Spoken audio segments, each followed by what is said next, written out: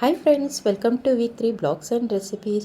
Friends, ಇವತ್ತು ನಾನು squid chilli ಮಾಡ್ತಾಯಿದ್ದೀನಿ. ಇದು ಫಸ್ಟ್ ಟೈಮ್ ನಾನು ಮಾಡ್ತಾ ಇರೋದು, ಇನ್ನೂ ಟ್ರೈ ಮಾಡಿಲ್ಲ. ಇದು ನನ್ನ ಫ್ರೆಂಡಿಗೋಸ್ಕರ ನಾನು ಮಾಡ್ತಾಯಿದ್ದೀನಿ. ಹಾಗಾಗಿ ಇವತ್ತು ಫಸ್ಟ್ ಟೈಮು ಹೇಗಾಗುತ್ತೆ ಅಂತ ಟ್ರೈ ಮಾಡ್ತಾಯಿದ್ದೀನಿ. ಫಸ್ಟು ಇಲ್ಲಿ ನಾವು ಸ್ಕ್ವಿಡ್ನ ಚೆನ್ನಾಗಿ ತೊಳ್ಕೊಂಡು ಕಟ್ ಮಾಡಿ ಇಟ್ಕೊಂಡಿದ್ದೀವಿ. ಇದಕ್ಕೆ ಇವಾಗ 1 ಚಮಚ ಆಗುವಷ್ಟು ಅರಿಶಿಣ ಪುಡಿ, ಹಾಗೆ 1 ಚಮಚ ಖಾರದ ಪುಡಿ, ರುಚಿಗೆ ತಕ್ಕಷ್ಟು ಉಪ್ಪನ್ನು ಹಾಕಿ ಇದನ್ನು ಚೆನ್ನಾಗಿ ಮಿಕ್ಸ್ ಮಾಡಬೇಕು. ಮಿಕ್ಸ್ ಮಾಡಿ ಇದನ್ನು 10 ನಿಮಿಷ ಸೈಡಲ್ಲೇ ಎತ್ತಿಡಬೇಕು. ಇದಕ್ಕೆ ಏನೆಲ್ಲ ಇಂಗ್ರೀಡಿಯೆಂಟ್ಸ್ ಹಾಕಬೇಕಂತ ತೋರಿಸ್ತೀನಿ. ಫಸ್ಟಿಗೆ ಇಲ್ಲಿ 2 ಈರುಳ್ಳಿನ ಸಣ್ಣದಾಗಿ ಹೆಚ್ಚಿಕೊಂಡಿದ್ದೀನಿ.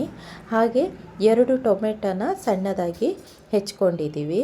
ಹಾಗೆ ಶುಂಠಿ ಬೆಳ್ಳುಳ್ಳಿನ ಸಣ್ಣದಾಗಿ ಜಜ್ಜಿ ಇಟ್ಕೊಂಡಿದ್ದೀನಿ. ಹಾಗೆ ಸ್ವಲ್ಪ ಕರಿಬೇವು ಸೊಪ್ಪು ಇಟ್ಕೊಂಡಿದ್ದೀನಿ. ಹಾಗೆ ಒಂದು 2ರಿಂದ 3 ಹಸಿಮೆಣಸು, ಹಾಗೆ 1 ಲಿಂಬೆಹಣ್ಣನ್ನು ಕಟ್ ಮಾಡ್ಕೊಂಡಿದ್ದೀನಿ.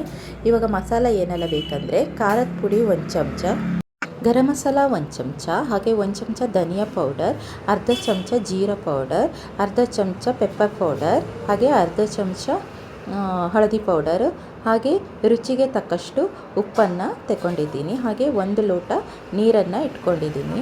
ಇವಾಗ ಗ್ಯಾಸ್ ಮೇಲೆ ಒಂದು ತವನ ಇಟ್ಕೊಂಡು ಇದಕ್ಕೆ 2 ಚಮಚ ಆಗೋಷ್ಟು ಎಣ್ಣೆ ಹಾಕಿ ಈರುಳ್ಳಿನ ಸಣ್ಣದಾಗಿ ಹೆಚ್ಚಿಕೊಂಡಿದ್ದೀವಲ್ಲ ಅದನ್ನು ಹಾಕಿ ಚೆನ್ನಾಗಿ ಫ್ರೈ ಮಾಡ್ಕೊಳ್ಬೇಕು. ನಂತರ ಶುಂಠಿ ಬೆಳ್ಳುಳ್ಳಿನ ಜಜ್ಕೊಂಡಿದ್ದು ಹಾಕ್ಕೊಳ್ಬೇಕು. ಇದು ಸ್ವಲ್ಪ ಫ್ರೈ ಮಾಡಿಕೊಂಡು ಹಸಿಮೆಣಸನ್ನು ಹಾಕ್ಕೊಳ್ಬೇಕು. ಹಾಗೆ ಕರಿಬೇವು ಸೊಪ್ಪನ್ನು ಹಾಕ್ಕೊಂಡು ನಂತರ ಇದಕ್ಕೆ ಟೊಮೆಟೊನ ಹಾಕಬೇಕು. 2 ಟೊಮೆಟೊನ ಸಣ್ಣದಾಗಿ ಹೆಚ್ಚಿಕೊಂಡಿದ್ದೀನಿ. ಇದನ್ನು ಹಾಕಿ ಚೆನ್ನಾಗಿ ಫ್ರೈ ಮಾಡಬೇಕು.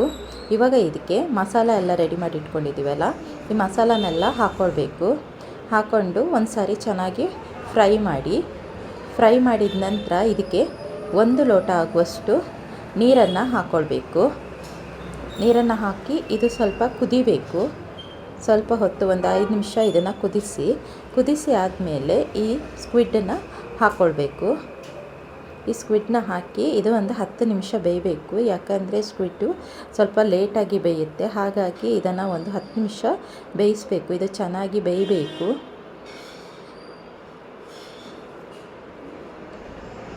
ಇವಾಗ ನೋಡಿ ಎಷ್ಟು ಚೆನ್ನಾಗಿ ಬೆಂದಿದೆ ನೋಡಿ. ಒಂದು 10 ಮಿನಿಟ್ಸ್ ಆದಮೇಲೆ ತುಂಬ ಚೆನ್ನಾಗಿ ಬೆಂದಿದೆ. ಇವಾಗ ಇದಕ್ಕೆ ಕರಿಬೇವು ಸೊಪ್ಪನ್ನು ಹಾಕ್ಕೊಳ್ಬೇಕು. ನಂತರ ಇದಕ್ಕೆ 1 ಲಿಂಬೆಹಣ್ಣು ಇದೆಯಲ್ಲ, ಅದರಲ್ಲಿ ಅರ್ಧ ಕಡಿನ ಇದನ್ನು ಹಾಕಿ ಸ್ವಲ್ಪ ಮಿಕ್ಸ್ ಮಾಡಬೇಕು. ಲಾಸ್ಟಿಗೆ ಕೊತ್ತಂಬರಿ ಸೊಪ್ಪನ್ನು ಹಾಕೊಳ್ಬೇಕು. ರುಚಿಯಾದ ಸ್ಕ್ವಿಡ್ ಚಿಲ್ಲಿ ರೆಡಿ ಆಗುತ್ತೆ.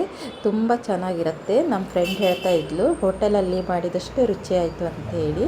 ತುಂಬ ಖುಷಿಯಾಯಿತು ಕೇಳಿ. ಹಾಗೆ ನಿಮ್ಮ ಜೊತೆ ಇದನ್ನು ಶೇರ್ ಮಾಡ್ಕೊಳ್ಳೋಣ ಅಂತೇಳಿ ಈ ರೆಸಿಪಿನ ಹಾಕ್ತಾಯಿದ್ದೀನಿ. ಹೀಗೆ ನಾನು ಹಾಕುವ ವೀಡಿಯೋಸ್ನೆಲ್ಲ ನೋಡ್ತಾ ಇರಿ. ಲೈಕ್ ಮಾಡಿ, ಶೇರ್ ಮಾಡಿ, ಸಬ್ಸ್ಕ್ರೈಬ್ ಮಾಡಿ. Thank you so much. Thank you for watching.